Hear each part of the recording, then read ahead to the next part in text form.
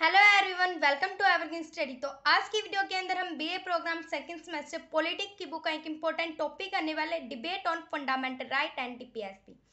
तो इस वीडियो के अंदर हम बेसिकली रीड करेंगे फंडामेंटल राइट और DPSP direct principle of state policy के बारे में।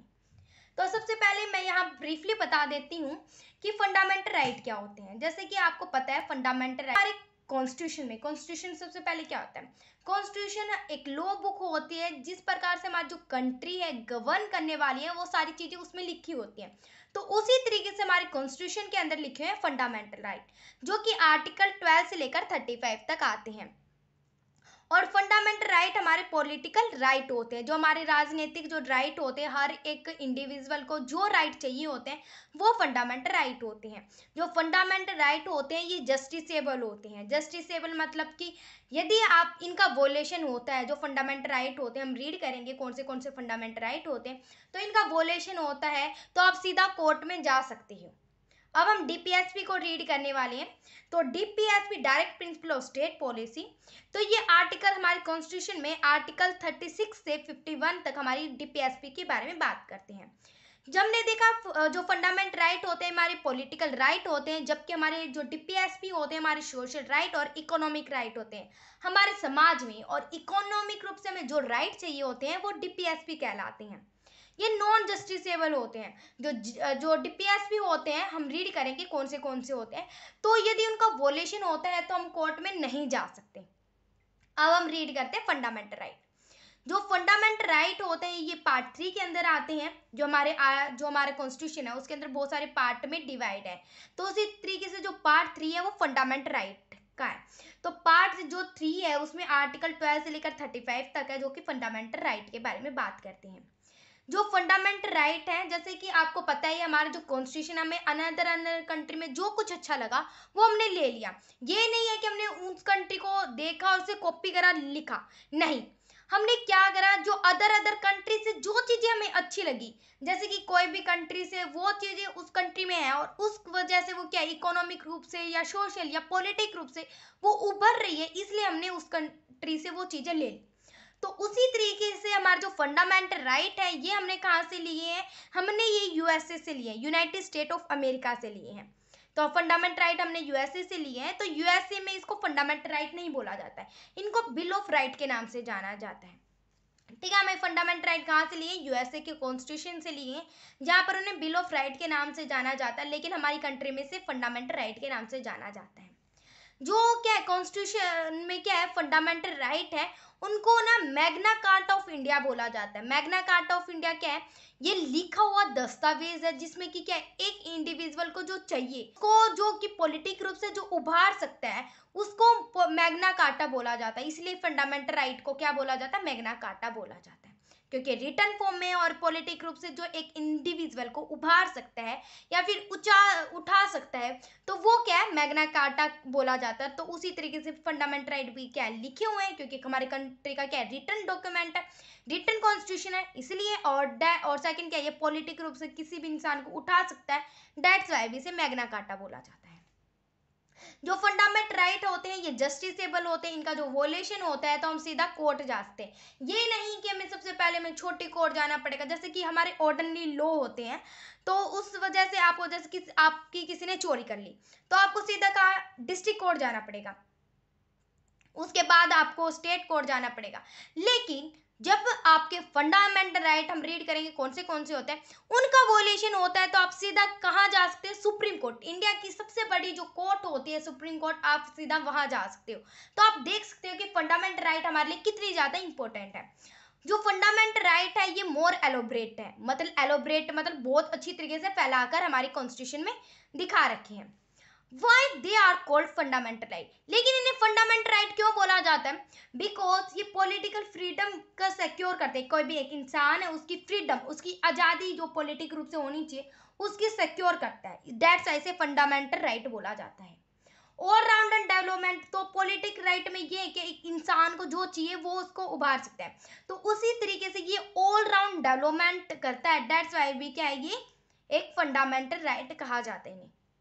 तो थर्ड है existence in the dignified manner, कोई भी इंसान को अच्छी तरीके से डिग्निफाइड मैनर से जो जीना है वो क्या है, फंडामेंटल राइट के द्वारा ही हो सकता है, दैट्स वाई भी इन्हें फंडामेंटल राइट बोला जाता है।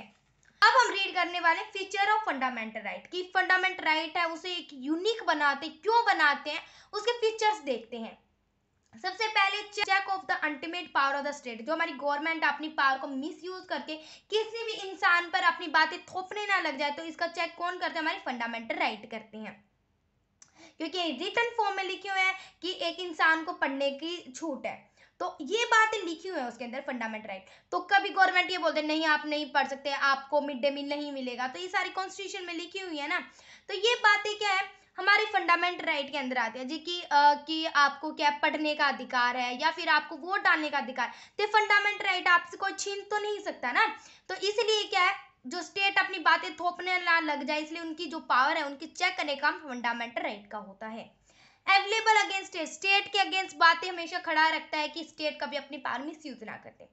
नॉट एब्सोल्यूट रीजनेबल रिस्ट्रिक्शन, लेकिन ये नहीं है कि आपको वोट डालने का अधिकार है, आप फॉरेन कंट्रीज में रहते हो और आपको वोट डालने का अधिकार तो नहीं हो सकता, तो ये एक फंडामेंटल राइट नहीं है। उसी तरीके से अदर रिस्ट्रिक्शन भी है, कुछ कुछ मनाही भी है, जैसे कि आपको स्पीच बोलने का पूर्ण अधिकार है, एक फंडामेंटल राइट है कि आपको अपना मत देने का अधिकार है, लेकिन ये नहीं है कि आप गलत वलत कोई भी शब्द यूज करने लग जाओ, एक पब्लिक प्लेस पे हेट स्पीच ना बोलने लग जाओ, जिससे कि एक समाज को दूसरी समाज में भिड़ा सकता है, तो ऐसी स्पीच ना बोल दो, तो इस क्या एक रीजनेबल रिस्ट्रिक्शन भी है।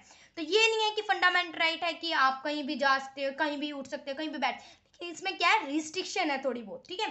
सस्पेंड ड्यूरिंग इमरजेंसी, जैसे हमारी कंट्री के अंदर इमरजेंसी लिखते हैं, 365 आर्टिकल है, उसमें क्या प्रेसिडेंट इमरजेंसी लगा देता है, कभी भी हमारे जो देश में गड़बड़ी आती है किसी भी रूप में, आर्मी से रिलेटेड, फाइनेंशियल से रिलेटेड, तो उस समय क्या होता है, हमारे जो फंडामेंटल राइट है वो क्या सस्पेंड हो जाते हैं, लेकिन हमारे जो 21 और 20 जो आर्टिकल है वो कभी भी एबोलिश नहीं होता, जो कि एक फंडामेंटल राइट है। मैंने बताया ना 12 से लेकर 35 तक हमारे फंडामेंटल राइट है, तो 20 और 21 तो हमारा फंडामेंटल राइट हुए, तो कभी भी एबोलिश नहीं होते हैं।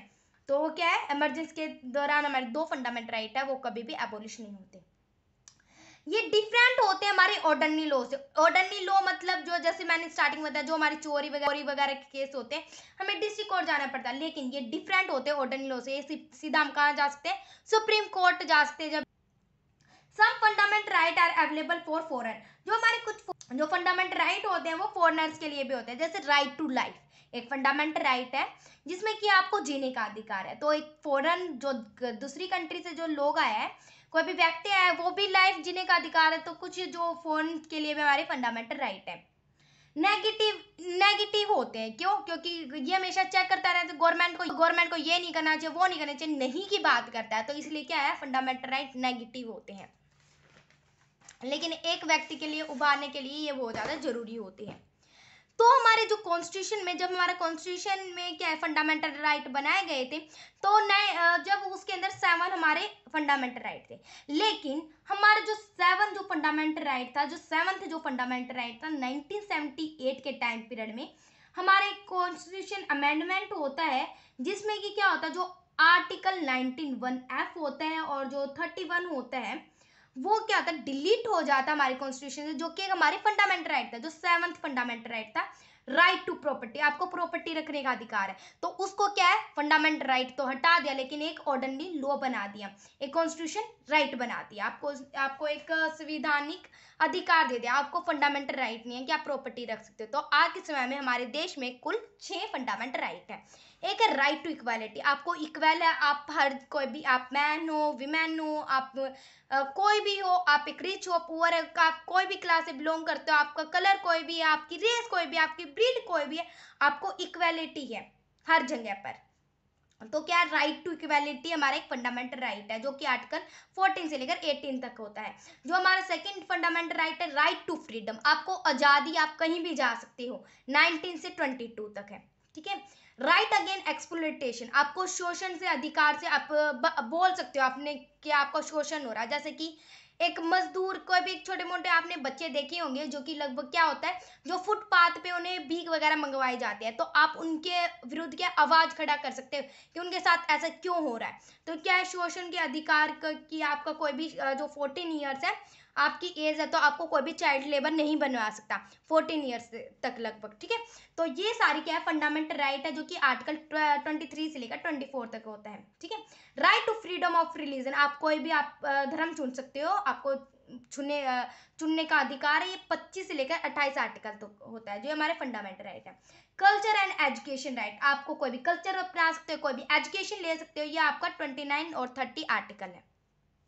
राइट टू कॉन्स्टिट्यूशन रेमेडी, उपचार करने का अधिकार है। जैसे कि हमने देखा ये अलग अलग फंडामेंटल राइट होते हैं हमारे, तो उसी तरीके से जो भी हमारे फंडामेंटल राइट का कोई भी, ये मैंने बताया ना कि हम सीधा सुप्रीम कोर्ट जा सकते हैं, तो इनमें से कोई भी आपका क्या होता है, कभी भी आपके इन फंडामेंटल राइट को नहीं माना जाता किसी भी ओर से गवर्नमेंट द्वारा, तो आप सीधा क्या है, ये हमारा जो फंडामेंटल राइट यूज होता है, राइट टू कॉन्स्टिट्यूशन रेमेडीज, उपचार करने का अधिकार है। इसके अंदर हमारी रीट होती है, जो रीट के द्वारा आप सीधा सुप्रीम कोर्ट जा सकते हो। ये आर्टिकल हमारे 32 से 35 तक होते हैं। हमने देख लिया फंडामेंटल राइट, अब देखते हैं DPSP, direct principle of state policy. तो ये हमारे पार्ट 4 के अंदर आते हैं, आर्टिकल 36 से 51 तक होते हैं। और ये हमने डीपीएसपी कहाँ से लिए, हमने आयरलैंड से लिए हैं। आयरलैंड जो देश है वहां से हमने लिए, लेकिन आयरलैंड ने भी कहाँ से लिए, स्पेनिश से लिए, लेकिन हमारी कंट्री ने कहाँ से लिए, आयरलैंड से। ये याद रखना बस आपको, ठीक है। तो डीपीएसपी है जो direct principle of state policy, ये हमारे सोशल राइट और इकोनॉमिक राइट के लिए हेल्पफुल होती हैं। ये हमारे पॉजिटिव राइट होते हैं। पॉजिटिव मतलब कि जिस प्रकार हमने देखा फंडामेंटल राइट नेगेटिव होते हैं, ये पॉजिटिव होते हैं कि गवर्नमेंट को ऐसा करना चाहिए जिसकी वजह से अलग अलग पॉलिसी लानी चाहिए, जिसकी वजह से क्या होगा, एक व्यक्ति की क्या इकोनॉमिक और सोशल रूप से वो उठ सकता है।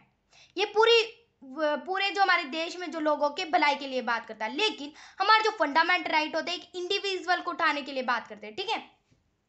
हमारे डीपीएस भी होते हैं नॉन जस्टिसेबल होते हैं। नॉन जस्टिसेबल मतलब आप सीधा कोर्ट नहीं जा सकते इसके लिए। जैसे आपकी पॉलिसी वगैरह किसी ने आपको मानी नहीं है, तो आप सीधा कोर्ट नहीं जा सकते इसके लिए, ठीक है। State and government are bound to respect to follow the DPSP, लेकिन हमारे जो स्टेट है उसकी जो गवर्नमेंट है इसको रिस्पेक्ट करना पड़ता है हमारी डीपीएसपी, क्योंकि किसके अंदर पॉलिसी बनाना होता है जिस प्रकार से जो व्यक्ति हैं वो उभर सकते हैं, ठीक है, सोशल और इकोनॉमिक वे से, ठीक है।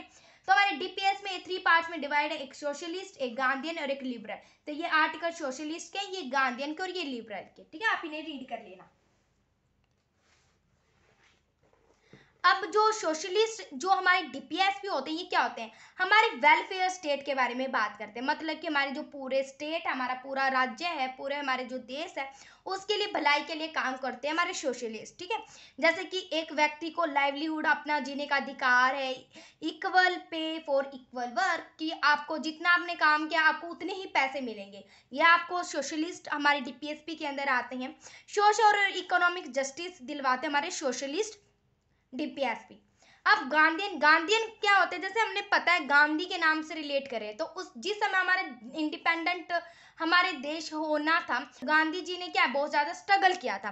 उन्होंने अलग अलग करा था कि हमें क्या हमारे देश में क्या कॉटन इंडस्ट्री लगवानी चाहिए, जिससे हम खादी के कपड़े अपने ही देश के कपड़े पहनेंगे, तो क्या है हमारे देश की इकोनॉमी का वो ज्यादा उठेगी। तो उसमें ऐसी बातें की जाती है जैसे वॉल्यूशन नहीं करना है, तो ये सारी बातें हमारी गांधीयन डीपीएसपी के अंदर आती हैं।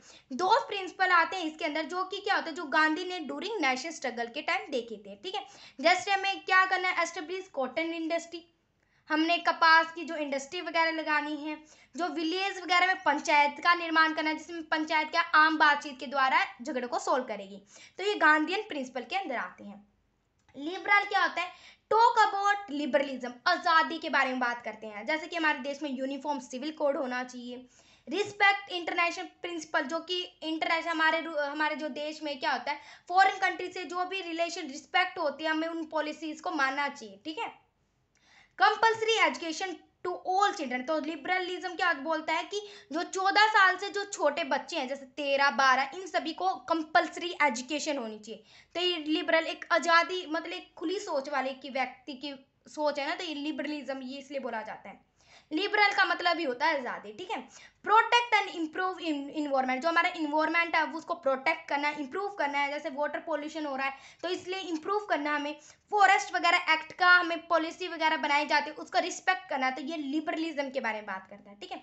आर्टिकल 51 है peace and security with the international, जो इंटरनेशनल विदेश के साथ हमें हमेशा शांति और सुरक्षा बनाए रखनी है। तो ये हमारे क्या आते हैं, हमारे डीपीएसपी के अंदर आते हैं ये 3।